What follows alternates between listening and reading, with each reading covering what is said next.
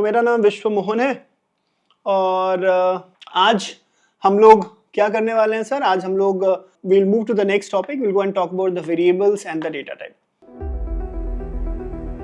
Sir मेरा intention ये है कि क्विकली हम लोग नेक्स्ट फ्यू सेशंस में जावा कोर कंप्लीट कर लेते हैं ताकि बेसिक प्रोग्रामिंग हमें आ जाए and then we spend lot of time in data structures and algorithm itself. ठीक है, और उसके बाद जब एक डीएसए हो जाएगा तो फिर बैक करेंगे और एडवांस जावा में करेंगे। तो नेक्स्ट फ्यू डेज में my target is that we go and quickly cover all the basic points of the Java. So let's do a quick revision in the previous session. If I go and talk about the previous session, so in the previous session,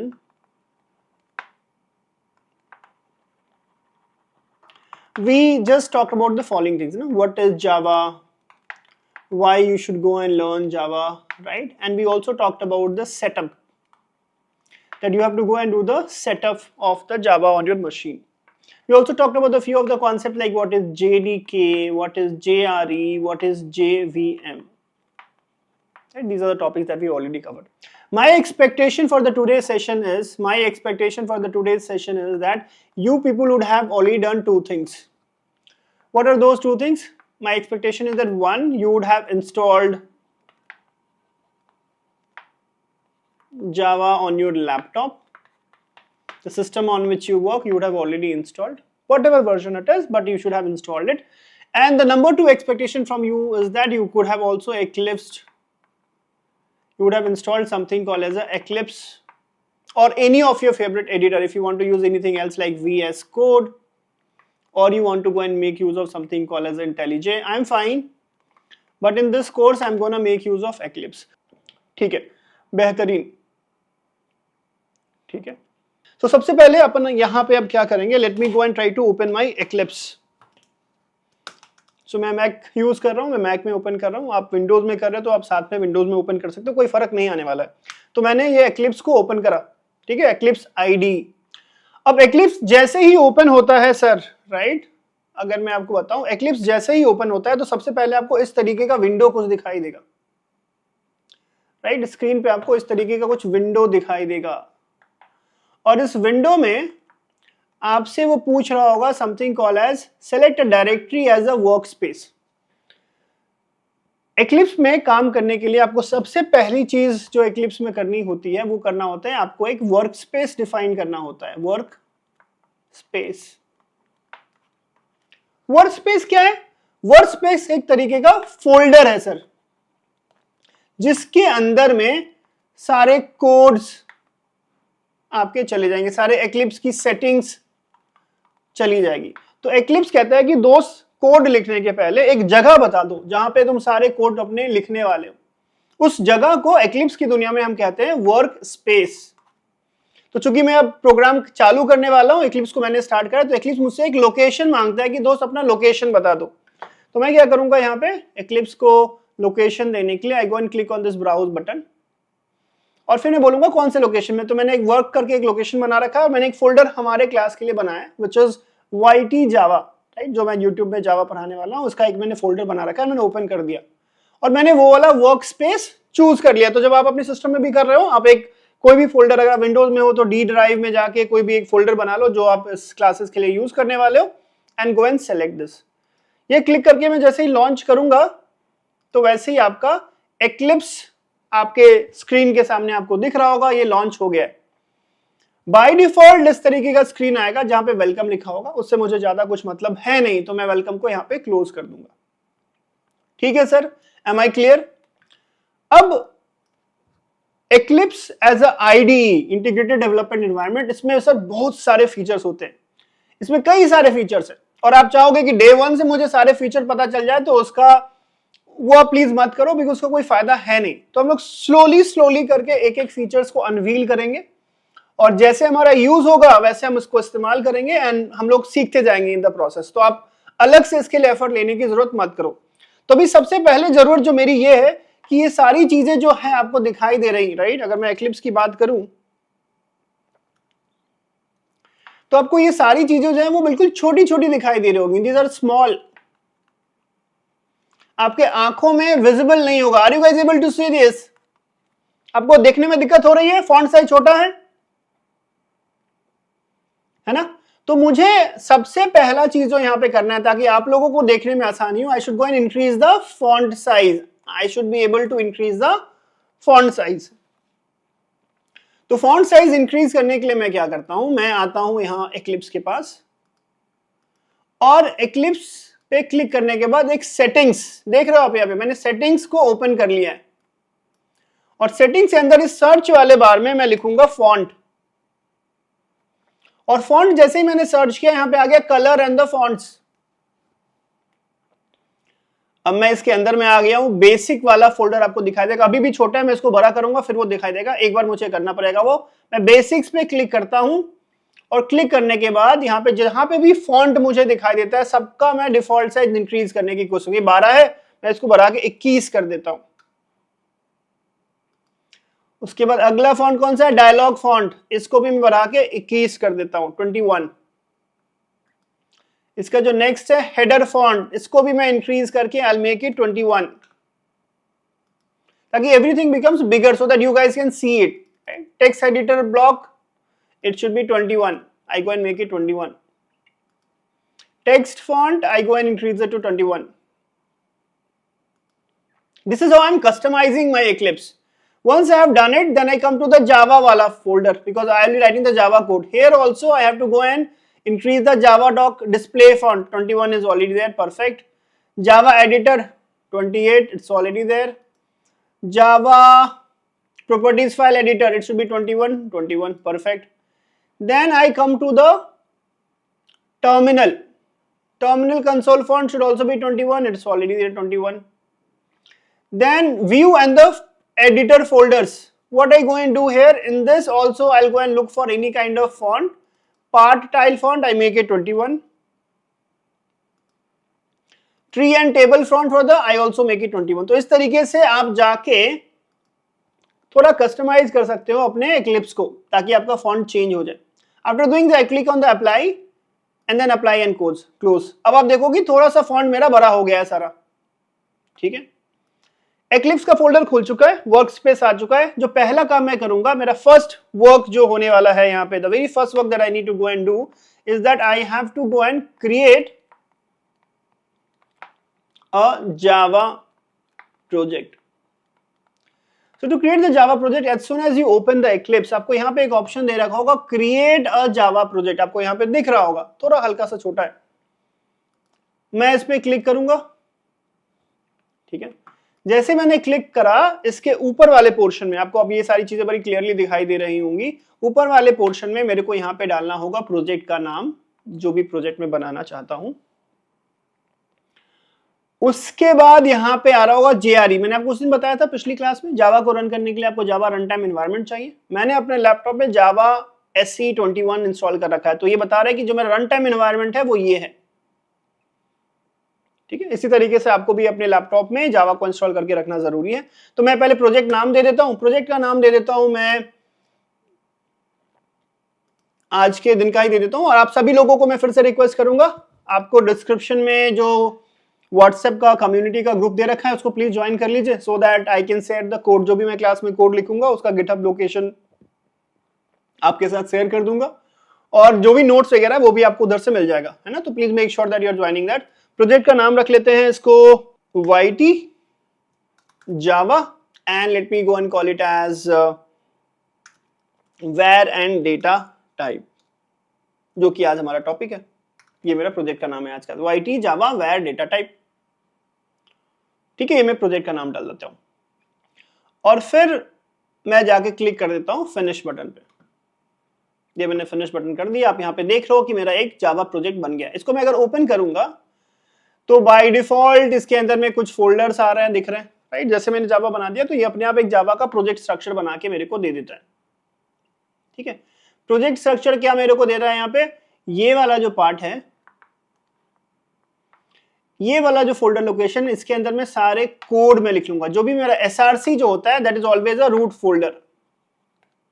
तो आगे जाके मैं अभी class में जितने भी सारे codes आज या फिर आगे आने वाले दिनों में लिखूंगा, everything will be inside this SRC folder, ठीक है। ये मेरा मेन प्रोजेक्ट फोल्डर है और इसके अंदर में सारी लाइब्रेरीज हैं। देख रहे हो आप, JRE की भी कोड को रन करने के लिए आपके पास JRE होना जरूरी है। तो इस प्रोजेक्ट में मेरे पास JRE है, राइट। इसको मैं अगर आपको एक्सपेंड करके दिखाऊं तो आपको यहां पे दिख रहा होगा कि जावा SC21 हम यहाँ पे यूज कर रहे हैं JRE के लिए। सोर्स SRC का फोल्डर है जहां पे हम कोड लिखने वाले हैं, और ये मेरा मेन प्रोजेक्ट फोल्डर है।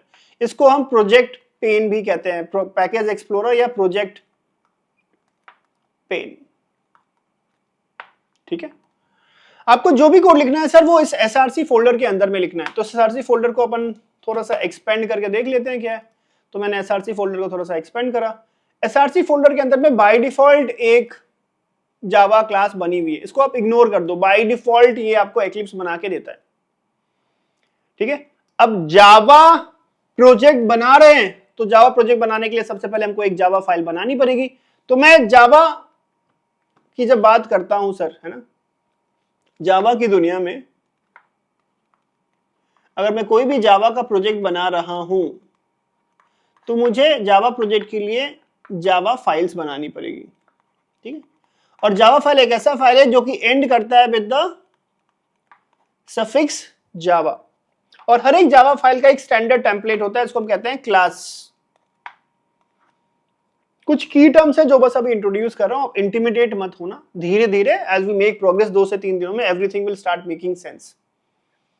देखिए आप लोगों को मैं काफी चीजें अच्छी तरीके से करा के बता रहा हूं। मैं आपको एक्सपीरियंस से बताता हूं। जब मैं पहली दफा जॉब ज्वाइन कर रहा था कॉलेज के ठीक बाद, मेरी पहली कंपनी थी ऑरेकल, जो कि जावा का ओनर है अभी। तो हमें क्या कराया गया, like I was not aware about Java and object oriented programming at that time when I joined oracle. और 2 दिनों में उन्होंने पूरी जावा की ट्रेनिंग कंप्लीट कर दी। पहले दिन जब वो क्लास ऑब्जेक्ट बता रहे थे तो ट्रस्ट मी कुछ हवा ही नहीं लग रहा था मुझे। आलम यह था कि एक दिन के बाद मैंने कोशिश करना ही छोड़ दिया कि भैया अब तो समझ में नहीं आ रहा। और जावा का उस समय काफी एक अच्छा गाना चल रहा था मार्केट में कि मर जावा मिट जावा कर जावा। तो मैं और मेरे कुछ दोस्त जावा से इतने बोर हो गए थे कि वी यूज्ड टू जस्ट, जब भी कोई इंस्ट्रक्टर जावा के कॉन्सेप्ट बताता तो हमारे दिमाग में बस एक ही गाना चलता था, मर जावा मिट जावा कर जावा, राइट। सो आप इंटिमिडेट मत हो। ये सारे टर्म्स अगर आप पहली दफा सुन रहे हो तो इट्स वेरी नॉर्मल कि आपको समझ में ज्यादा नहीं आएगा। ये अगले 2-3 क्लासेस में अपन कंटिन्यू जब करेंगे तो फिर हम बातें करेंगे डिटेल में कि क्लास क्या होता है, ऑब्जेक्ट क्या होता है। अभी के लिए आप बस ये समझ लो कि आपका जावा जो भी प्रोजेक्ट है उसके अंदर में मुझे जावा फाइल्स बनानी पड़ेगी। और जावा फाइल क्या है? जावा फाइल एक ऐसा फाइल है जिसका कि नाम डॉट जावा से एंड होता है। फॉर एग्जाम्पल अगर मेरे को फाइल नेम बनाना है हेलो, तो उस फाइल का नाम होगा hello.java। और कोई भी जो जावा क्लास होगा उसके अंदर जो भी कोड मैं लिखूंगा that will be always starting with the keyword call as a class. ये एक स्टैंडर्ड है जावा का जो हम फॉलो करते हैं। क्यों ऐसा होता है इसके आंसर्स आपको खुद ब खुद मिल जाएंगे as we make progress in the course. तो मैं अब यहां पे जावा फाइल बनाने वाला हूं। Late me go and open my Eclipse. तो मैं SRC के अंदर में जाके सबसे पहले एक फाइल बनाता हूं जिसका नाम मैं लिखता हूं क्लास। मेरे को एक क्लास बनाना है, ठीक है, और उसका नाम मैं लिख देता हूं hello students. This is my first class that I want to go and write. क्या नाम है इसका? Hello student. अब जैसे ही मैं लिखने की कोशिश कर रहा हूं, राइट, अगर आप ध्यान से देखोगे सर यहां पे तो ऊपर में एक एरर आ रहा है। ये कह रहा है package name must be specified for a module. जब भी आप कोई जावा का फाइल बनाते हो तो कोई ना कोई पैकेज आपको देना पड़ता है। अब पैकेज का मतलब क्या है वो समझ लेते हैं थोड़ा, और फिर आगे अपन बढ़ने की कोशिश करेंगे, ठीक है। तो पैकेज का समझ लेते हैं मतलब क्या होता है। जब भी एक प्रोजेक्ट बनाएंगे ना सर आप, तो एक प्रोजेक्ट में आपको हंड्रेड्स ऑफ क्लासेस आपको बनानी होती है। जब आप एक प्रोजेक्ट बनाते हो तो हंड्रेड्स ऑफ क्लासेस बनाते हो। अब इन क्लासेस को अरेंज करने का 2 तरीका हो सकता है। एक तरीका यह हो सकता है कि आपने एक फोल्डर बना दिया और उसी फोल्डर के अंदर सारे हंड्रेड्स ऑफ क्लासेस आपने डाल दिए। और दूसरा तरीका यह हो सकता है कि आपने ना अलग अलग फोल्डर बनाए। एक मेरा रूट फोल्डर है, उसके बाद आपने बोला कि everything which is related to the customers, वो कस्टमर्स वाले फोल्डर के अंदर में सारे क्लासेस डाल दूं, everything which is related to the admin वो एडमिन वाले क्लास फोल्डर के अंदर में डालूं। उस तरीके से आपने इसको प्रॉपर स्ट्रक्चर कर दो। आपको क्या लगता है कौन सा तरीका बेटर है, कौन सा बेटर क्लीन तरीका है कि अगर आपको कोई क्लास ढूंढना होगा आप अप्रोच 1 में आसानी से ढूंढ पाओगे या फिर अप्रोच 2 में आसानी से ढूंढ पाओगे? What do you guys think? बोलो दोस्त, what do you guys think? Approach 2 में, राइट? आप दवाई की दुकान में भी अगर जाके देखो, अगर सारी दवाइयां वो बस एक ही बॉक्स में डाल देगा और आप बोलोगे कि जाओ मेरे को पैरासीटामोल डोलो 650 खरीदना है, तो उसको डोलो 650 को ढूंढने में रात हो जाएगा, है ना? It will take a lot of time. पर दवाई वाला दवाई का दुकान वाला कैसे आपको दवाई इतनी जल्दी दे देता है? बिकॉज वो दवाइयों को अरेंज करके रखता है अलग अलग बॉक्सेस में। तो से किसी तरीके से एक जब आप प्रोजेक्ट बना रहे हो तो इसमें हंड्रेड्स ऑफ द क्लासेस है, एक अच्छा इंजीनियर, एक अच्छा सॉफ्टवेयर डेवलपर वो है जो इन क्लासेस को अलग अलग फोल्डर्स में अरेंज करता है। नो, क्लासेस आर अरेंज्ड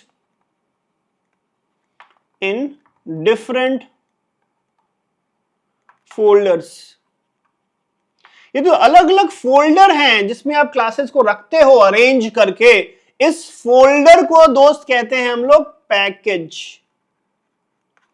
इस फोल्डर को बोल दिया जाता है पैकेज। यानी मल्टीपल क्लासेस को एक जगह इकट्ठा एक फोल्डर में हमने स्टोर कर दिया। जैसे फॉर एग्जांपल ये मेरा एसआरसी फोल्डर हो गया। एसआरसी फोल्डर के अंदर में हमने एक फोल्डर बना दिया डे 1 का। तो डे 1 के बाद जितने भी डे 1 में हम जितनी भी सारे कोड्स लिखेंगे वो डे 1 के अंदर में चला जाएगा।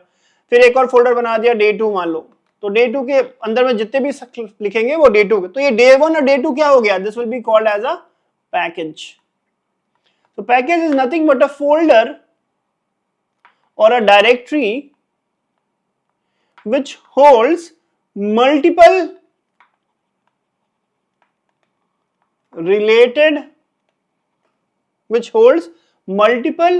related classes, right? This is what the meaning of a package is. Everyone clear? हाँ, सिमिलर होगा आपके VS कोड में भी। मैं आपको सजेस्ट करूंगा कि आप एक्लिप्स कर लो ताकि आप एग्जैक्टली फॉलो कर पाओ। फ्री है एक्लिप्स, 2 मिनट लगेगा आपको इंस्टॉल करने में, लाइट वेट है, आपका कंप्यूटर भी हैंग नहीं होगा। तो आई थिंक कुछ ज्यादा आपका बचत नहीं होगा अगर आप एक्लिप्स ना इंस्टॉल करो तो इंस्टॉल, आई सजेस्ट कि आप इंस्टॉल कर लो Eclipse. I go to my Eclipse. तो मैं यहाँ पे मुझे पैकेज देना है, तो इसके लिए मैं इसको पहले ब्रेक कर देता हूँ। एसआरसी के अंदर में मैं एक पैकेज में मैं न्यू लिखता हूँ और मैं बनाता हूँ न्यू पैकेज। नॉर्मल जो कन्वेंशन है पैकेज बनाने का ना, वो आप क्या कहते हो? रिवर्स डोमेन नेम में बोलते हो। जैसे फॉर एग्जांपल मेरे वेबसाइट का नाम है amers.com, तो मैं यहां पे रिवर्स में लिखूंगा com.amers। अब यहां पे भी थोड़ा सा समझने वाली बात है। जैसे ही मैंने लिखा com.amers यहां पे, इसका मतलब दोस्त ये निकला है कि मेरा जो एसआरसी फोल्डर है उसके अंदर में एक फोल्डर बनेगा पहले कॉम, और डॉट का मतलब उसके अंदर में एक और फोल्डर बन गया है एमर्स। इस तरीके का कुछ स्ट्रक्चर वो बनाएगा। जैसे मैं डॉट लगाता हूं मतलब कि एक फोल्डर उसके अंदर, तो पहला फोल्डर बना कॉम का और दूसरा फोल्डर बना एमर्स का, और एमर्स कॉम के अंदर ये स्ट्रक्चर आपका बनेगा। जब मैं लिखता हूं ये एसआरसी के अंदर में, ये एसआरसी फोल्डर है, उसके अंदर मैं पैकेज बना रहा हूं .com.amers। ठीक है, तो इसको अगर मैं फिनिश कर दूं तो आप देखोगे यहां पे एक पैकेज का सिंबल बन गया है com.amers, मतलब कि एसआरसी के अंदर में कॉम फोल्डर है और कॉम के अंदर में एमर्स फोल्डर है। अब इस पैकेज के अंदर में मैं अब क्लास लिखूंगा। तो अब अगर यहां पे अगर देखोगे ध्यान से, तो यहां पे अब ये पैकेज की जगह पे आ चुका है com.amers। देखिए द पैकेज। और अब यहां पे मुझे क्लास का नाम देना है, तो क्लास का नाम मैं दे देता हूं हेलो स्टूडेंट। ये मेरा पहला क्लास होने वाला है, हेलो स्टूडेंट्स। और अभी बाकी सारी चीजों को आप एज इट इज रहने दीजिए, ज्यादा दिमाग नहीं लगाते, एक एक करके समझने की कोशिश करेंगे। Click on the finish. जैसे मैंने ये किया, आपको स्क्रीन पे मुझे दिख रहा है कि I am able to create this class call as hello students. बाकी सारी चीज़ों को मैं क्रॉस कर देता हूँ ताकि मेरे पास कोई डिस्ट्रैक्शन ना रहे, ठीक है। तो मैं सारी चीज़ों को मिनिमाइज कर देता हूँ दोस्त अभी।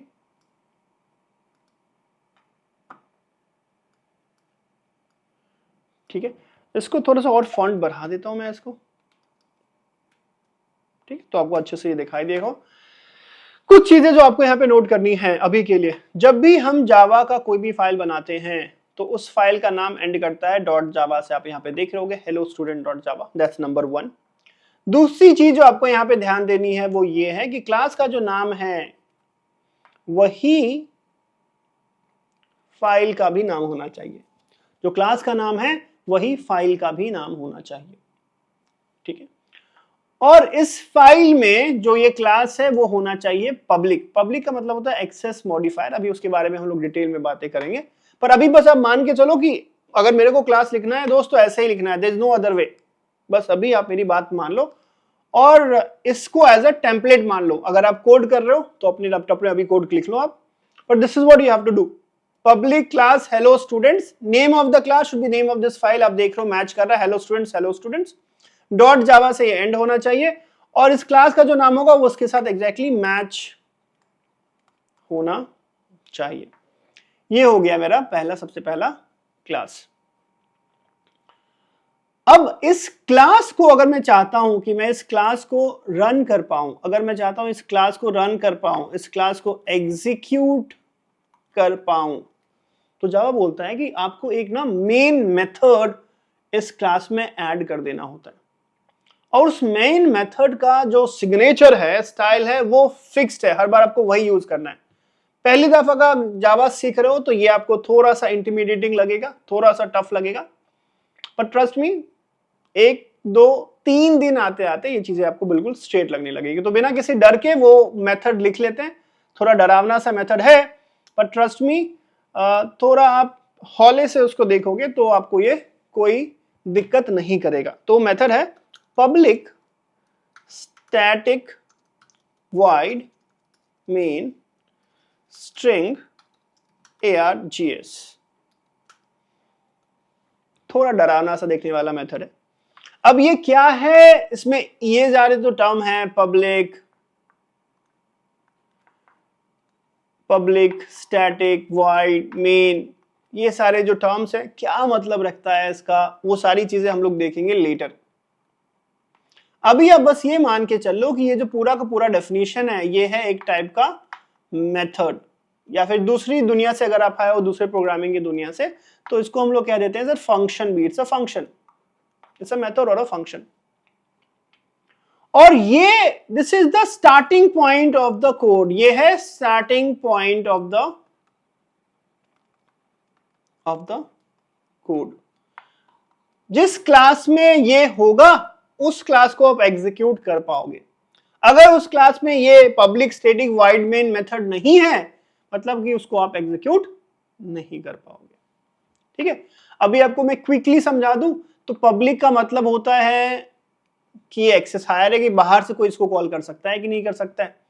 स्टैटिक का मतलब है कि ये क्लास को बिलोंग करता है। बस इतना सुन लो, समझ में नहीं आ रहा है इट्स टोटली फाइन। वाइड का मतलब है कि ये मेथड जब एग्जीक्यूट होगा तो कुछ भी चीज रिटर्न नहीं होगी। मेन बस एक नाम है, this is the name of the method, और इसका मतलब है कि ये एक अरे है, अरे एज आर्गुमेंट इसको एक्सपेक्ट कर रहा होगा वो, ये सारी चीजें। बट इसको आप ध्यान मत दीजिए, ये इंपॉर्टेंट नहीं है आज के क्लास के लिए, बिकॉज इसके बारे में हमारे पास आगे के क्लासेस हैं जहां पे हम इसको समझेंगे।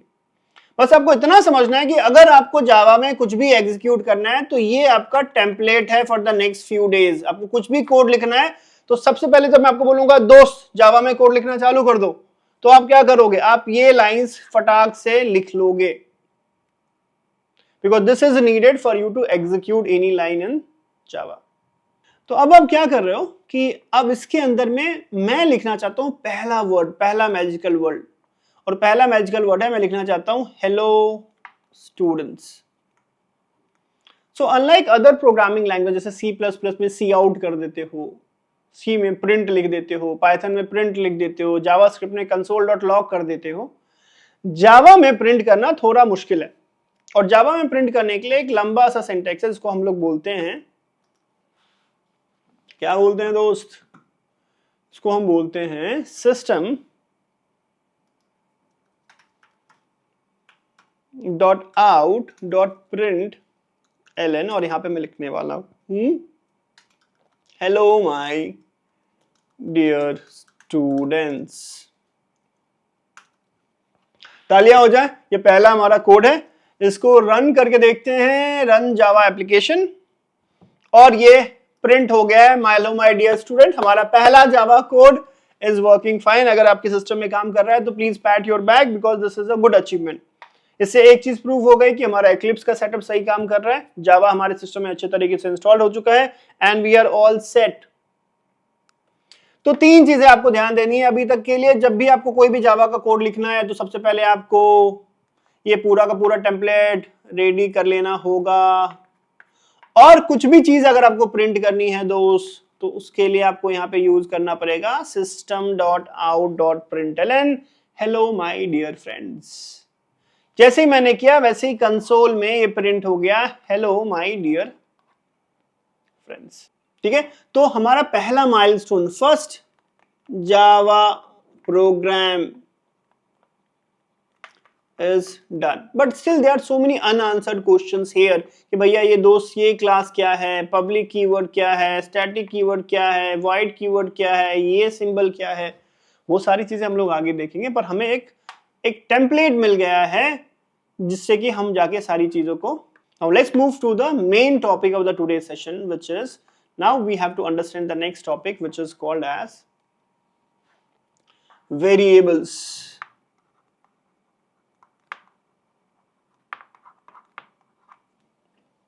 सर वेरिएबल्स का जो कॉन्सेप्ट है वो सिर्फ जावा में नहीं, ऑलमोस्ट दुनिया के सारे प्रोग्रामिंग लैंग्वेजेस में है। वेरिएबल का मतलब क्या है, समथिंग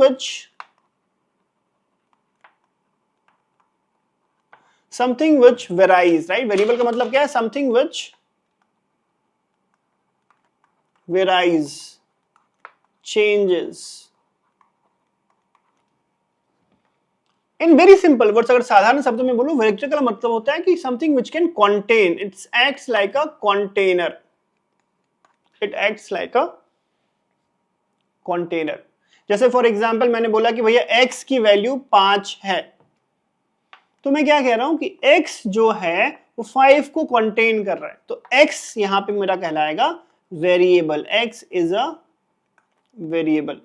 मैं बोलूं कि sir name is equals to विश्व,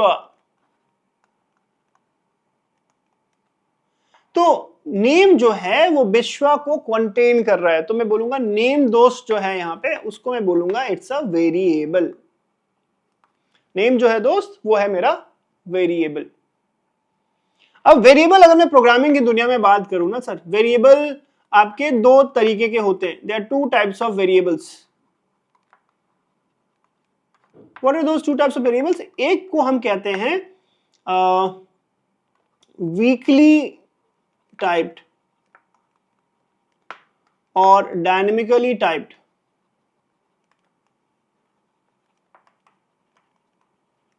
फॉर एग्जाम्पल अगर आप पाइथन की दुनिया से आते हो या आप जावास्क्रिप्ट की दुनिया से आते हो तो आप सिंपली लिख देते हो, मान लो x इज इक्वल्स टू 5, या फिर आप लिख देते हो नेम इज इक्वल्स टू विश्व।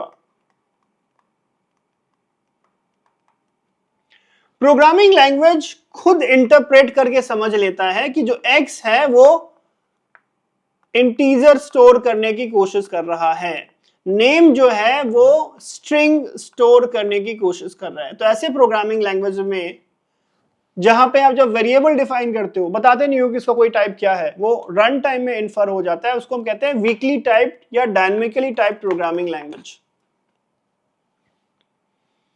On the other hand, there is another type of a programming language which is called as strongly typed या statically typed programming language. For example of that is Java. तो जावा बोलता है कि दोस्त जब भी तुम कोई भी वेरिएबल डिफाइन करोगे ना, जब भी आप कोई भी वेरिएबल डिफाइन करो तो उस वेरिएबल का आप डेटा टाइप भी साथ में आपको बताना जरूरी होता है। फॉर एग्जाम्पल अगर एक वेरिएबल है जिसमें मैं 5 स्टोर करना चाहता हूं, तो मुझे x का टाइप पहले से पता होना चाहिए। मैं उसको बोलूंगा x का जो टाइप है वो इंट है, इसको हम कहते हैं डेटा टाइप। डेटा टाइप के बारे में अभी डिटेल में बातें करेंगे, बट अभी के लिए आप समझ लो कि जब भी आपको कोई वेरिएबल डिफाइन करना है तो वेरिएबल का टाइप भी आपको बताना होता है। जैसे फॉर एग्जांपल अगर मैं नेम इक्वल्स टू विश्वा स्टोर करने की कोशिश कर दूं, नेम इक्वल्स टू विश्वा, तो मुझे टाइप बताना पड़ेगा दोस्त उसके पहले। What will be the type? The type will be string, correct. So in the world of Java, अगर मैं जावा की दुनिया की बात करूं तो वेरिएबल का मतलब क्या है? अगर मैं वेरिएबल की बात करूं तो वेरिएबल एक ऐसी चीज है which is the container of the data, और दूसरा इसका अपना एक टाइप होगा। It should definitely have a type. अगर आपको विजुअलाइज करना है तो आप मान के चलो कि एक आपके पास कबर्ड है जिसमें कि अलग अलग सेक्शंस है, ड्रॉवर्स है, राइट। एक में आप लिक्विड आइटम स्टोर कर सकते हो, एक में आप सॉलिड आइटम ऐड कर सकते हो, एक में आप गैसियस आइटम ऐड कर सकते हो, राइट। लिक्विड में आप सिर्फ लिक्विड टाइप के आइटम ऐड करोगे, सॉलिड में आप सॉलिड टाइप के आइटम ऐड करोगे, गैस में आप गैस टाइप के आइटम ऐड करोगे। तो जो लिक्विड गैस ये सारा क्या है? Acts like a variable. So a variable is a container of the data, and the number 2 is that it should have a definite type. Let's see with the help of an example itself. तो मैं क्या करता हूं, मैं एक अपना Eclipse open करता हूं और Eclipse में मैं एक और क्लास डिफाइन कर लेता हूं और इसको मैं समझता हूं वेरिएबल्स। एक क्लास का नाम लिखते हैं लर्निंग वेरिएबल्स, लर्निंग वेरिएबल्स। और हर एक क्लास में पब्लिक स्टैटिक वॉइड मेन होना चाहिए। Eclipse को पता है, तो मैं यहाँ पे अगर सेलेक्ट करूंगा तो public static void main method मेरे को Eclipse ही बना के दे देगा, मुझे कोड लिखना नहीं पड़ेगा। तो मेरा बेसिक क्लास का टेम्पलेट रेडी हो चुका है। इसके अंदर मुझे अगर वेरिएबल बनाना है तो मैं कैसे बनाऊंगा? मैं बोलूंगा int name equals to int age equals to 43। तो इस तरीके से मैंने वेरिएबल बना दिया। इस वाले जो आपको स्क्रीन पे दिख रहा है दोस्त, उसका मतलब ये है कि ये है मेरा वेरिएबल, और उसके जस्ट लेफ्ट में मुझे लिखना पड़ता है डेटा टाइप। और एक बार मैंने वेरिएबल डिफाइन कर दिया एज इक्वल टू 43, इसका नाम वेरिएबल है, तो मतलब कि मैं इस वेरिएबल को जाके आगे जाके चेंज भी कर सकता हूं। मैं इसको चेंज कर सकता हूं age equals to 52, right, and this is all fine, right. इसकी इनिशियल वैल्यू 43 थी और इसको फिर से मैंने चेंज करके वैल्यू कर दी 52। इस वक्त मैं अगर इसको प्रिंट करने की कोशिश करूंगा तो जो भी लेटेस्ट वैल्यू है एज की वो प्रिंट होगा। फॉर एग्जांपल यहाँ पे मैं अगर लिख दूं system.out.println और यहाँ पे मैं डाल दूं एज और रन करूं, रन एज जावा एप्लीकेशन, आप देखोगे यहाँ पे 52 प्रिंट हुआ है। पहले इसकी वैल्यू 43 थी, फिर ये जाके चेंज हो गया 52 में, एंड आई एम प्रिंटिंग 52। एक और चीज, चूंकि ये एज दिखा रहा है कि मैं टाइप इंट का हूं, 52 मैंने करा तब तो ये अलाउ करा इसने, पर अगर मैं 52 के बदले में यहाँ पे अगर कुछ और इसमें स्टोर करने की कोशिश करूं, विश्वा, तो आप यहाँ पे देखोगे कि कंपाइलेशन एरर आ रहा है मेरे को, राइट। यहाँ पे लाल बत्ती दिख रही है, रेड लाइन हो गया, it means that it's a error. क्यों? बिकॉज ये जो एज वेरिएबल है वो भैया इंटीजर टाइप के डेटा को स्टोर कर सकता है। अब कोई भी इंटीजर दे दो वो कर लेगा, पर आप यहाँ पे जबरदस्ती उसको ये नहीं बोलोगे कि तुम तो इंटीजर हो और तुम इस लाइक आप शेर को कह रहे हो कि घास खा लो, राइट। शेर घास नहीं खाएगा। ऐसे ये एज का जो डेटा टाइप इंटीजर है वो स्ट्रिंग नहीं लेगा, it will not go and take the string. Fair? So let me go and now अगर जावा में किसी भी लाइन को मैं चाहता हूं कि उसको कमेंट कर दूं, उसको रिमूव ना करूं, उसको डिलीट ना करूं, पर उससे जावा मुझे कंप्लेन भी ना करे, तो मैं सिर्फ उसके आगे 2 स्लैश लगा देता हूं। इसको हम कहते हैं कमेंट करना, इसको हम कहते हैं कमेंट करना, कमेंटिंग आउट द लाइन। इससे क्या होगा, जब आप एग्जीक्यूट कर रहे होगे जावा में लाइन बाय लाइन, इस लाइन को इग्नोर कर दिया जाएगा, this will be ignored. Fair enough. तो अगर मैं अब इसको रन कर दूं कोई एरर नहीं आएगा, और इसको एज की वैल्यू जो है वो रन एज में क्या आएगी, 43 प्रिंट होगी। सेव हुआ, 43 प्रिंट हो रहा है।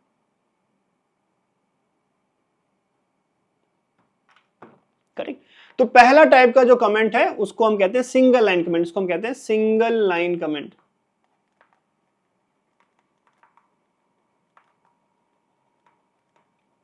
कभी कभी हम मल्टी लाइन कमेंट्स भी करना चाहते हैं। फॉर एग्जांपल ये जो मैंने क्लास लिखा है उसका मेरा इंटेंशन क्या है, ताकि मैं आप लोगों को बता पाऊं कि भैया दोस्त वेरिएबल और डेटा टाइप्स क्या होते हैं। तो मैं इस क्लास के पहले मैं लिखना चाहता हूं इंग्लिश में that this class is for teaching variables and data types, please pay attention beginners, right, this is the question. अब ये मल्टीपल लाइन है, अगर अभी आपको मैं इसको रन करने की कोशिश करूंगा तो ये रन ही नहीं होगा, ये एरर दे रहा है मेरे को। मैं चाहता हूं कि ये हो भी और कोई एरर भी ना है, इसके लिए मैं करूंगा मल्टी लाइन कमेंट। कैसे करता हूं, स्लैश के बाद 2 स्टार और फिर इसके बाद 2 स्टार के बाद स्लैश। तो जो भी चीज आप इन दो जादुई कैरेक्टर्स के बीच में डालते हो वो ग्रे आउट हो जाता है। This is called as commented, commenting multi line. फिर तो फिर से बैक टू आ जाते हैं। हमने क्या देखा कि जो वेरिएबल है उसमें आपको बेसिकली इट्स अ कंटेनर और आपको डेटा टाइप बताना पड़ता है। अब ये जो है आपका इंट एज इक्वल्स टू 43, इसको मैं एक्चुअली ना 2 स्टेप्स में ब्रेक कर सकता हूं, 2 स्टेप्स में ब्रेक कर सकता हूं। What is those 2 steps? पहले मैं इसको लिख सकता हूं, मैं इसको ब्रेक कर सकता हूं पहले सिर्फ इंट एज और फिर मैं लिखूंगा एज इक्वल्स टू 43। ब्रेक इसलिए किया मैंने बिकॉज ईच स्टेप्स का अलग अलग नाम है। जो पहला स्टेप है उसको मैं कहता हूं it's a declaration, this is the declaration of the variable, this step is called as declaration of the variable. और इस स्टेप को मैं कहता हूं initialisation of the variable. This is called as declaration, this is called as initialization. When you do both the things together, that is called as both declaration and initialization together. तो आप या तो इस तरीके से कर सकते हो या फिर आप दोनों ही चीजें एक साथ कर दोगे। फॉर एग्जाम्पल मैंने यहां पे लिख दिया string name equals to विश्वा, तो यहां पे मैंने वेरिएबल को डिक्लेयर भी किया और इनिशियलाइज भी कर दिया। तो मैं बोलूंगा दोस्त यहां पे मैंने इसको दोनों ही चीजें इसके साथ एक साथ ही कर दी है, मैंने इसको डिक्लेयर भी करा है और मैंने इसको इनिशियलाइज भी कर दिया है। Fair enough, am I clear till this point? Awesome. So अब हमने ये देख लिया वेरिएबल के बारे में, कुछ और बातें देख लेते हैं। तो बेसिकली ज्यादा कुछ वेरिएबल में है नहीं यार, है ना। वेरिएबल की अगर मैं बातें करूं तो ज्यादा कुछ वेरिएबल में है नहीं, ठीक है। तो अगर मैं वेरिएबल की बातें यहां पे करूंगा तो अभी तक हमने देखा है कि वेरिएबल जो है वो एक कंटेनर है, दैट्स नंबर 1 पॉइंट। और वेरिएबल को यहां पे डेटा टाइप के साथ प्रीफिक्स करना होता है। अगली चीज जो इंपॉर्टेंट है वेरिएबल के लिए वो है उसका नामकरण, naming of the variables, naming of variables. Naming of the variables is similar as the naming of the kids in our real life. जैसे हम अपने बच्चों का नाम रखते हैं वैसे वेरिएबल्स का नाम रखना बड़ा जरूरी है। और जो सारी चीजें आप अपने बच्चों का नाम रखने के लिए करते हो सिमिलर आपको कंसर्न्स वेरिएबल के लिए करना होता है। फॉर एग्जांपल जब आप अपने घर में बच्चों का नाम रखते हो तो आप किसी अच्छे नाम पे रखोगे, मीनिंगफुल नाम में रखोगे, आप रेंडमली कुछ भी नहीं डाल दोगे, आप रेंडमली कुछ भी कस वर्ड नहीं यूज करोगे।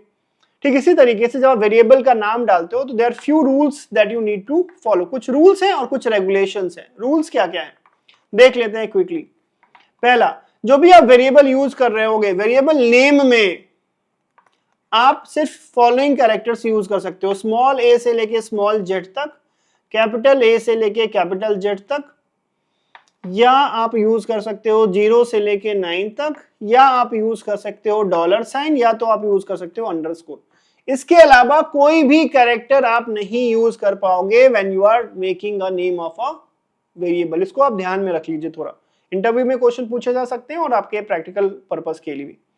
जो भी आप वेरिएबल डिफाइन करते हो उसका ये रूल है कि आप स्मॉल ए से स्मॉल जेड तक, कैपिटल ए से कैपिटल जेड तक, 0 से लेके 9 तक, $साइन या अंडरस्कोर साइन, यही आप यूज करेंगे, इसके अलावा कुछ भी नहीं। दूसरा रूल ये कहता है कि first character of the name, जो पहला कैरेक्टर होगा नाम का, उसमें कुछ और लिमिटेशंस है। उसमें आप सिर्फ स्मॉल ए से लेके स्मॉल जेड तक, कैपिटल ए से लेके कैपिटल जेड तक, 0 से लेके डिजिट आप नहीं यूज कर सकते हो, और या आप $साइन यूज करोगे या आप अंडरस्कोर यूज करोगे। यानी कि अगर आप कोई ऐसा नाम लिखना चाहते हो 1 to विश्वा इक्वल्स टू मोहन, अगर आप इस तरीके से वेरिएबल डिफाइन करोगे तो ये आपको एरर देगा। First character of the name can not be the numeric value, it should B one of these.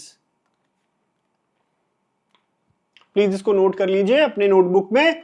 तीसरा रूल जो आपको फॉलो करना पड़ता है वो ये है कि जावा में कई सारे रिजर्व कीवर्ड्स हैं, तो कांट यूज रिजर्व्ड कीवर्ड्स।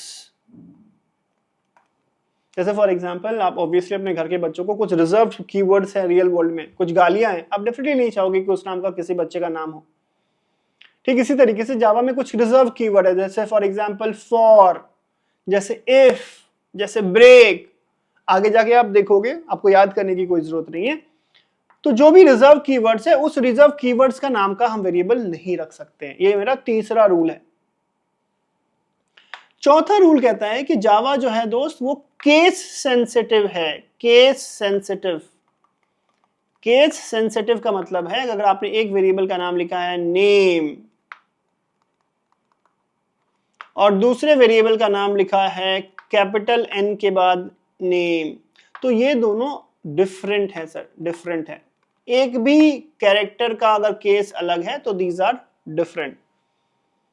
तो जावा में जितने भी वेरिएबल्स होते हैं उसका जो नामकरण होता है that is case sensitive. And the last but not the least, आप वेरिएबल नेम में स्पेस नहीं सकते, नो स्पेस इज अलाउड।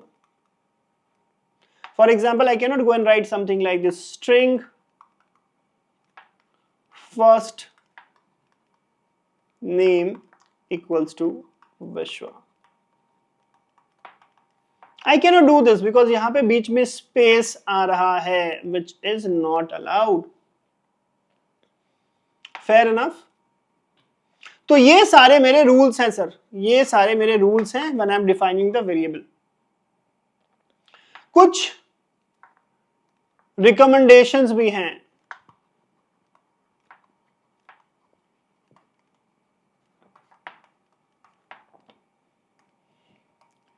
ये मेरे रूल्स थे जो मुझे फॉलो करना ही करना है, और कुछ रिकमेंडेशन है जो आपको फॉलो करने चाहिए एक अच्छे नागरिक की तरह जावा के।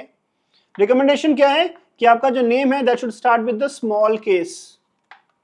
The variable name should always start with the small case. For example I should not write name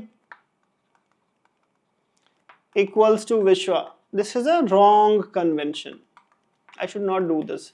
I should always start string small name equals to Vishwa. The name should always start with the smaller case. This is the first.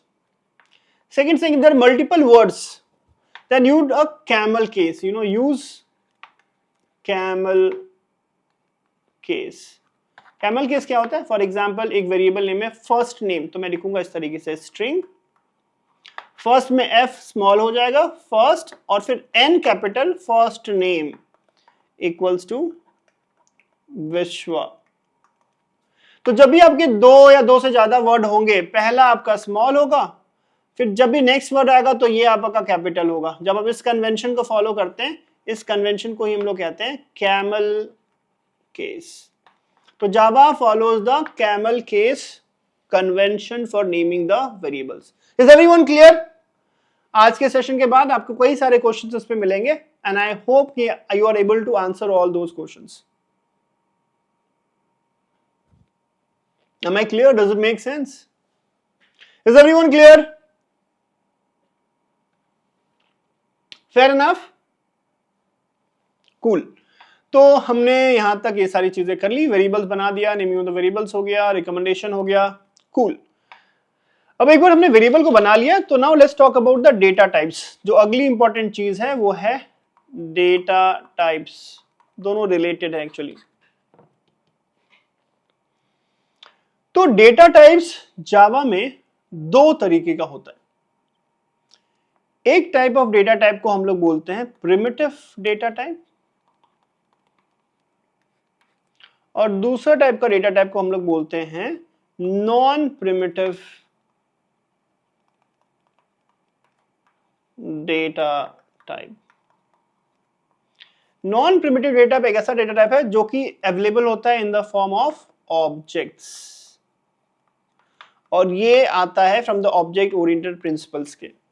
तो ये non primitive data byte को थोड़ा सा हम letter देखेंगे sir, कुछ दिनों के बाद, अगले कुछ सेशंस में जब हम क्लासेस ऑब्जेक्ट्स के बारे में बातें करेंगे तो हम नॉन प्रिमिटिव डेटा के बारे में जानेंगे।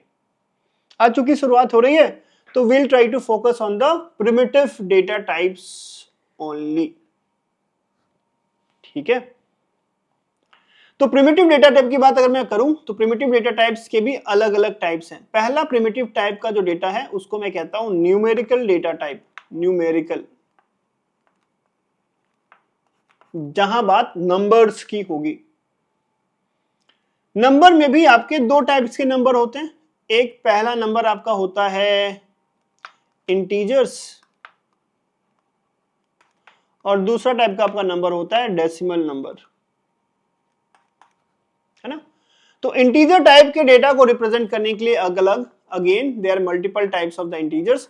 फॉर एग्जांपल आपके पास एक टाइप है शॉर्ट, एक टाइप है आपके पास बाइट, एक टाइप है आपके पास इंट, और एक टाइप है आपके पास लॉन्ग।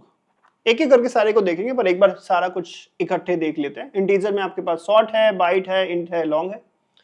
डेसिमल में भी दोस्त दो तरीके के हैं। एक आपका डेसिमल में टाइप है, इसको हम कहते हैं फ्लोटिंग टाइप नंबर, और एक दूसरा टाइप होता है जिसको हम कहते हैं डबल। राइट, तो एक टाइप का डेटा था मेरा न्यूमेरिकल, न्यूमेरिकल के अंदर में है इंटीजर्स और डेसिमल। दूसरा टाइप का डेटा है उसको हम कहते हैं बूलियन। बूलियन, बूलियन का मतलब होता है हाँ या ना, ट्रू और फॉल्स। तो बूलियन के भी अगर दो टाइप होते हैं, एक होगा मेरा टाइप ट्रू और एक उसकी पॉसिबल वैल्यूज है false. These are the possible values of the boolean data type। और तीसरा टाइप का डेटा टाइप है मेरे पास, उसको हम बोलते हैं character data type. Character data type, और उसका जो एक टाइप है उसको हम कहते हैं कैर। तो कुल मिला के 1 2 3 4 5 6 7 8, so we have 8 primitive data types। We have 8 primitive data types in the world of Java। We have 8 primitive data types in the world of Java। Am I clear till this point? Fair enough, let's move on। Cool, so let's get started with the very first type of data type, which is called as a numerical data type। Numerical data type। So let me go and open my Eclipse and let's get started with the numerical data types, right? So let me go and define another class. Let me go and call it as this class as learning data types, right? And inside this I'll have to go and define a method called as a public static void main string args। Fair enough, okay। Now what I'm going to do here is that let me go and first of all define a data type called as a int number equals to 1 2 3। तो हमने यहां पे क्या किया, मैंने एक variable बनाया num, मैंने एक वेरिएबल बनाया है num,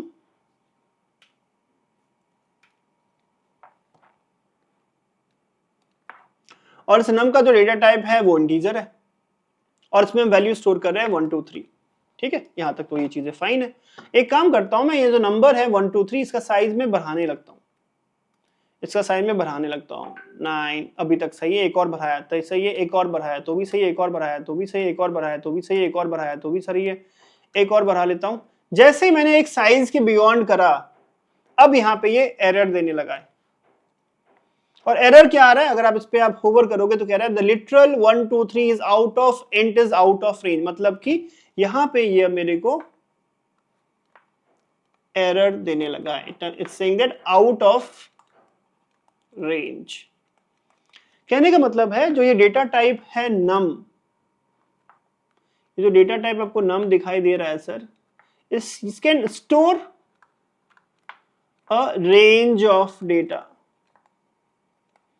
उसके ऊपर अगर हम स्टोर करने की कोशिश करेंगे तो दोस्त मेरे को ये दे देगा एरर। उसके ऊपर मैं अगर स्टोर करने की कोशिश करूंगा तो ये मुझे एरर देने लगेगा। तो जितने भी डेटा टाइप्स होते हैं, every data type that you have, they have a fixed size. तो फॉर एग्जांपल इंट जो होता है उसका जो maximum size that it can store is equals to, int can store a maximum of 4 byte. int के में आप 4 byte data आप मैक्सिमम स्टोर कर सकते हो। इससे ज्यादा करने की कोशिश करोगे तो ये एरर दे देगा। ठीक है,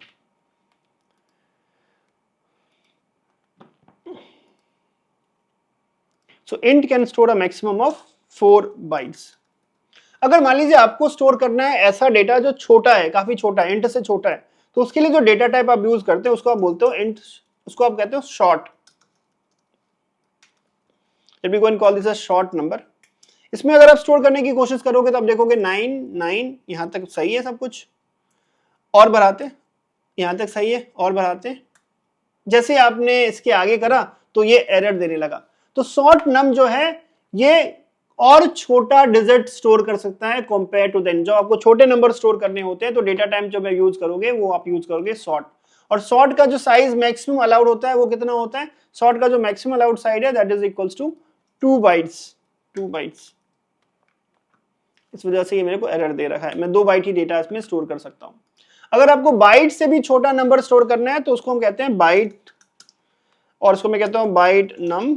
और आप यहां पे अगर देखोगे तो एक 9 आप स्टोर करोगे दैट इज परफेक्टली फाइन, एक और 9 करोगे that is also perfectly fine, एक और 9 कर दोगे तो आपको एरर आने लगेगा, राइट। सो जो बाइट नंबर है वो मैक्सिमम कितना स्टोर कर सकता है, that can go and store equals to 1 byte. So size, data के साइज में अगर बात करूं तो सबसे पहले सबसे छोटा क्या होगा, अगर सबसे छोटा डेटा है तो it will be byte. Byte से बड़ा मेरा शॉर्ट है, शॉर्ट से मेरा इंटीजर है, और इंटीजर से भी अगर बात नहीं बन पा रही तो मेरा अगला डेटा जिसको मैं कहता हूं लॉन्ग। सो फॉर एग्जांपल अगर मैं तीसरा एक और डेटा लेता हूं long, and I go and say that long number, ये होगा कुछ 9999999, और यहां पे मुझे डालना पड़ेगा L, राइट। L इंडिकेट करता है कि ये लॉन्ग नंबर है। इसकी भी एक लिमिट है, एक बियॉन्ड के बाद हम जाएंगे तो इसमें भी एरर आने लगेगा। तो लॉन्ग की भी एक लिमिट है जहां तक ये डेटा को स्टोर कर सकता है। L सफिक्स इंडिकेट करता है कि ये एक लॉन्ग नंबर है, और इसका जो मैक्सिमम साइज होगा, इसकी जो मैक्सिमम साइज होगी that will be equals to 8 bytes. अब एक क्वेश्चन जो आपके दिमाग में आ रहा होगा और मैं आपसे ये पूछना भी चाहता हूं कि भैया ऐसा क्या जरूरत आ गया जावा को कि इसने 4 डिफरेंट डेटा टाइप्स दे दिए। ये 4 डिफरेंट डेटा टाइप्स आपको इंटीजर के लिए जावा इसलिए नहीं दे दिया है ताकि डिपेंडिंग ऑन आपका क्या यूज केस है, अगर आपको एक वेरी स्मॉल नंबर यूज करना है तो उसके लिए आप डेटा टाइप जो यूज करो वो शॉर्ट यूज करो ना। अगर आप इंटीजर या लॉन्ग यूज करोगे तो this will lead to the space wastage. अब जैसे ही एक नंबर इंट डिफाइन करते हो मेमोरी में जाके, जो उसका मेमोरी है जावा में, वहां पे 4 बाइट्स रिजर्व हो जाता है। तो अगर आप नहीं भी यूज करोगे उस स्पेस को कोई और यूज नहीं कर पाएगा, तो it will lead to the memory wastage. तो आपको अलग अलग ऑप्शन इसलिए दिया हुआ है जावा ओनर्स ने ताकि आपका जो यूज केस है उसके हिसाब से आप वेरिएबल यूज करो। फॉर एग्जाम्पल के लिए अगर मैं आपको रिलेटेबल वर्ड एग्जाम्पल से समझाने की कोशिश करूं कि मान लो आपको जाना है मार्केट, ठीक है, और मार्केट से अगर आपको लेके आना है 10 kg आलू, तो इसके लिए बेसिकली आप क्या यूज करोगे? आप एक बड़ा सा बैग यूज करोगे, इट मेक सेंस। पर अगर आपको मार्केट से लेके आना है 100 ग्राम धनिया, इसके लिए क्या आप बड़ा सा बैग लेके जाओगे? नहीं लेके जाओगे। आप क्या बोलोगे? अरे यार कैसा लगेगा दिखने में? लोग क्या बोलेंगे कि एकदम बिल्कुल बोरा लेके आया है और 100 ग्राम धनिया लेके जा रहा है। अब 100 ग्राम धनिया को क्या करोगे? आप कोशिश करोगे इसको पॉकेट में ही रख ले, या फिर एक छोटा सा स्मॉल पाउच में रख ले इसको। तो ठीक इसी तरीके से जब मैं कोडिंग करता हूं,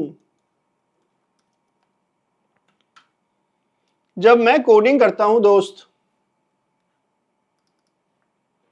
तो डिपेंडिंग ऑन कि मैं बाजार से 100 किलो सब्जी लेने जा रहा हूं या धनिया का 100 ग्राम का पैकेट लेने जा रहा हूं, अकॉर्डिंगली मैं उस तरीके का डब्बा यूज करूंगा, एंड, शॉर्ट, बाइट या long. Cool. Now let's move to the next. The second type of the data type is that we have something called as a decimal data type.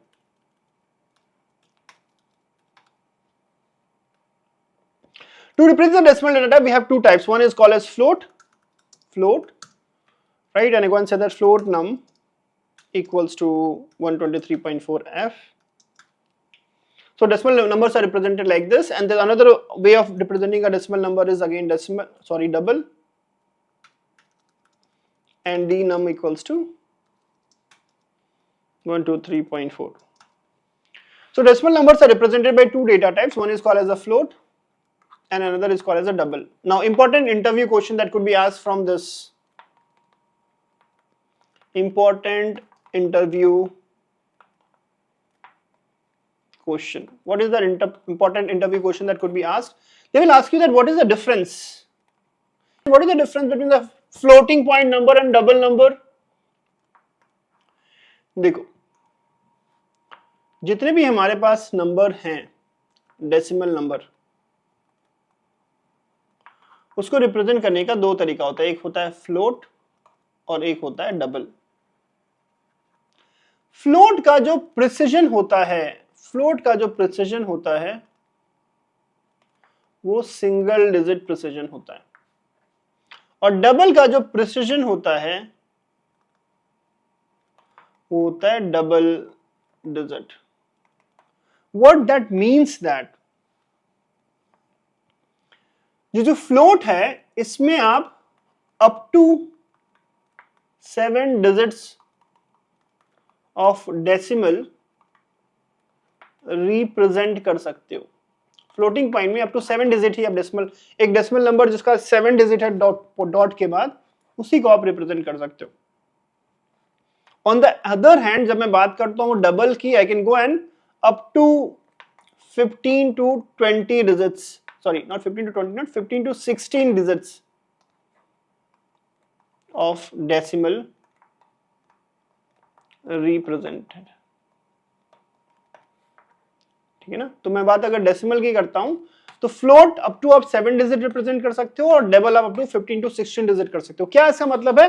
Example of code से समझने की कोशिश करते हो। तो if I go and open my Eclipse, right, इस float number को अगर मैं चेंज कर दूं like this 1 2 3 4 5 6 7 8 9 1 2 3 4 5 6 7 8 9, इतना बड़ा नंबर मैं बना दूं इसको, और इसको भी मैं लिख दूं उस तरीके से 1 2 3 4 5 6 7 8 9 1 2 3 4 5 6 7 8 9, और अब मैं इसको अगर प्रिंट करने की कोशिश करूं सर, sys out, और मैं लिखता हूं fnum, और मैं फिर से लिखता हूं sys out double num. If I go and run this Java application, आप यहां पे अगर ध्यान से देखोगे fnum क्या था मेरे पास? fnum था मेरा इतना बड़ा नंबर पर मुझे पता है कि f nim can only take up to the 7 decimal digits. So what will go to the 7? 1 2 3 4 5 6 7 और इसके बाद वाला को वो राउंड ऑफ करके इसको 8 कर देगा। तो अगर आप यहाँ पे देखोगे 1 2 3 1 2 3 4 5, राइट? तो total 1 2 3 1 2 3 4 5, right, up to 7. It has just reduced it down. और इस वाले केस में it can go further beyond it, right? तो ये काफी लंबा प्रिसिजन तक आपको लेके आ रहा है। So floating point number you will use when you have a smaller decimal digits.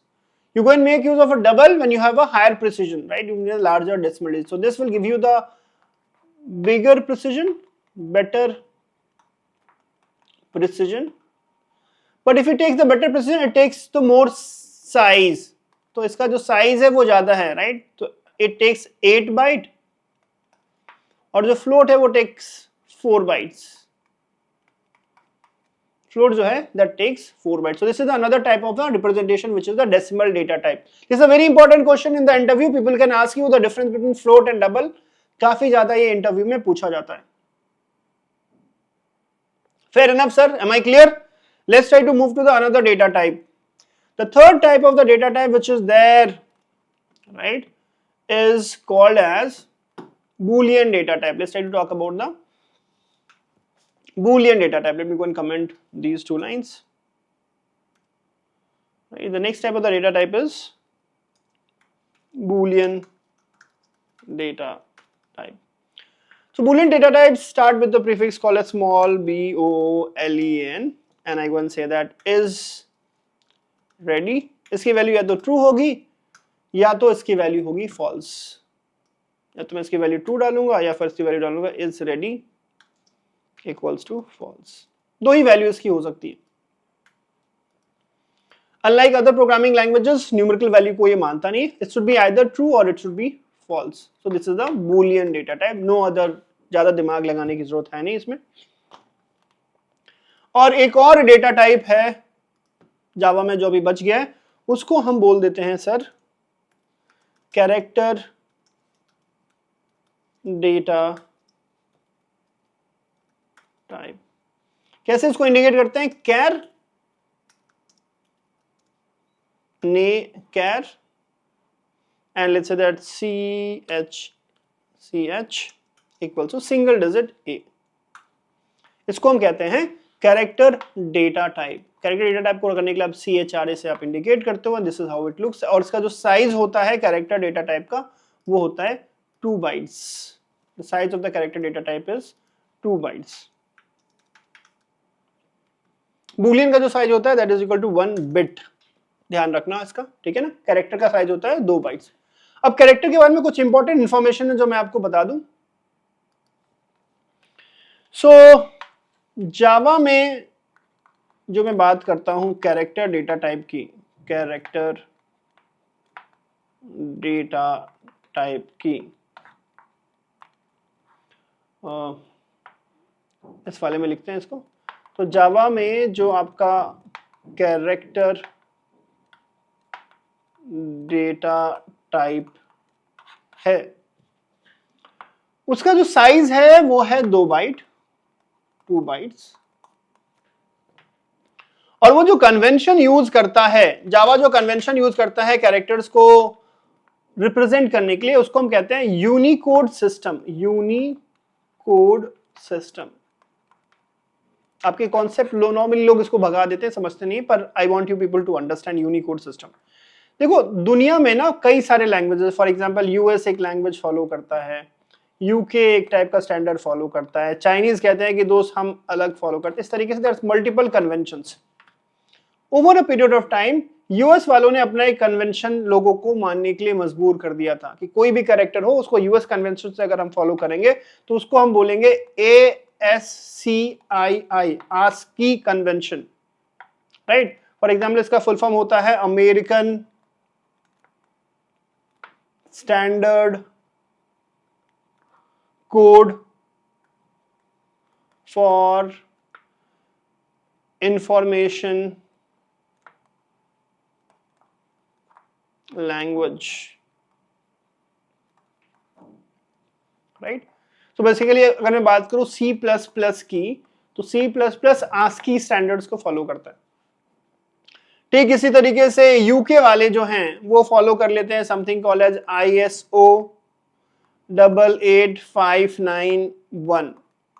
ये बेसिकली यूरोपियन कंट्रीज इसको यूज करती है। ठीक है, चाइनीज जो हैं वो बोलते हैं मैं क्यों पीछे रहूं, उनके पास एक कन्वेंशन है बिग 5। ठीक है, इसी तरीके से एक कन्वेंशन है आपका KOI 8 Russia.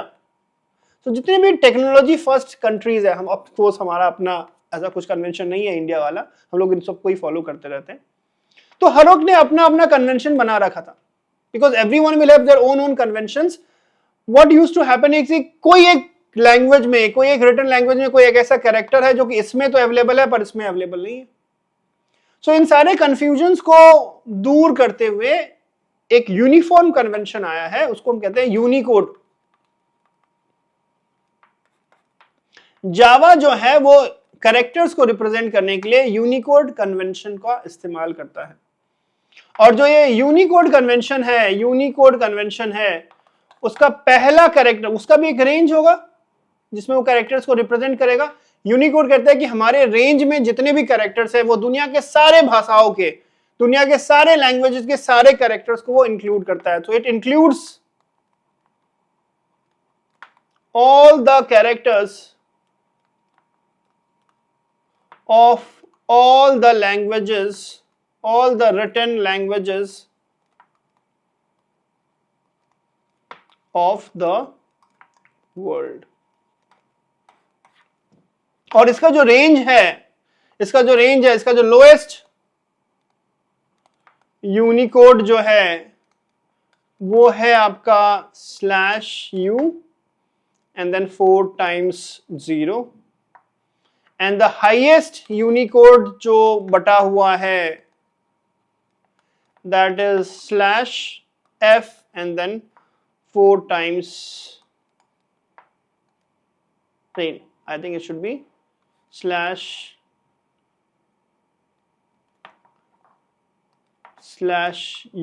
And then 4 times f। ये किस लैंग्वेज में लिखा हुआ है? ये एक हेक्साडेसिमल फॉर्मेट है। Just keep in mind because sometime you might be confused कि ASCII क्या है, यूनिकोड क्या है। तो ये सारे कन्वेंशंस हैं सर कैरेक्टर्स को रिप्रेजेंट करने के लिए। जावा फॉलो करता है यूनिकोड कन्वेंशन, जावा फॉलो करता है Unicode conventions. So with this everything which we needed today for the variables and data type हमने वो कर लिया। एक इंटरेस्टिंग फैक्ट बताता हूं before I close the session today. Interesting fact क्या है कि नॉर्मली मैंने क्या बोला, Java is a strongly typed language, strongly typed language. Strongly typed language का मतलब क्या है कि जब भी आप कोई वेरिएबल डिफाइन करोगे नेम, उसके आगे डेटा टाइप डालना जरूरी है, राइट। फॉर एग्जाम्पल नेम है तो मुझे यहां पे डालना पड़ेगा string, this is a must. पर ये सीधी चीजें मस्ट थी ओनली टिल जावा 10। जावा 10 में एक एक्सेप्शन आ गया है। जावा वर्जन 10 में एक एक्सेप्शन ये आया गया कि मेथड के अंदर में, किसी भी मेथड के अंदर में जब भी आप कोई वेरिएबल डिफाइन करते हो तो that will B dynamically typed. Example से आपको समझाने की कोशिश करता हूं कि फॉर एग्जाम्पल अगर मैं एक्लिप्स लेता हूं और यहां पे मैं डिफाइन करता हूं एक वेरिएबल कीवर्ड जावा 10 से आ गया, जावा 10 से पहले अगर आप यूज करेंगे तो ये आपको कंपाइलेशन एरर देगा, वेर नेम इक्वल्स टू विश्व। और मैं अगर कुछ सिस आउट कर दूं और नेम यहां पे लिख दूं, अगर मैं रन करूंगा तो विश्व प्रिंट हो रहा है। मतलब कि जावा 10 के बाद, आफ्टर जावा 10, इंटरव्यूअर्स आपको कंफ्यूज कर सकते हैं, इसलिए मैं बता रहा हूं। जब आप लिखते हो वेर नेम इक्वल्स टू विश्व, ये जो वेर कीवर्ड है that has come up from Java 10, Java version 10, and this is dynamically type. पर ये चीज आप हमेशा सिर्फ मेथड के अंदर में ही कर पाओगे, only inside method. But you ask me sir मैं ऐसा यूज करूं, इसको मत यूज करो, this is not a good practice because it will create confusion. Java ने इसलिए कर दिया बिकॉज बाकी सारे लैंग्वेजेस में सपोर्ट हो रहा था। Java as I told you is always very progressive. उसका मानना यह है कि भैया इससे पहले कि लोग मुझे चेंज कर दें, मैं अपने आप को चेंज कर लेता हूं ताकि लोगों को कोई दिक्कत ना हो। ठीक है, so this is one additional bonus point for you people for this session.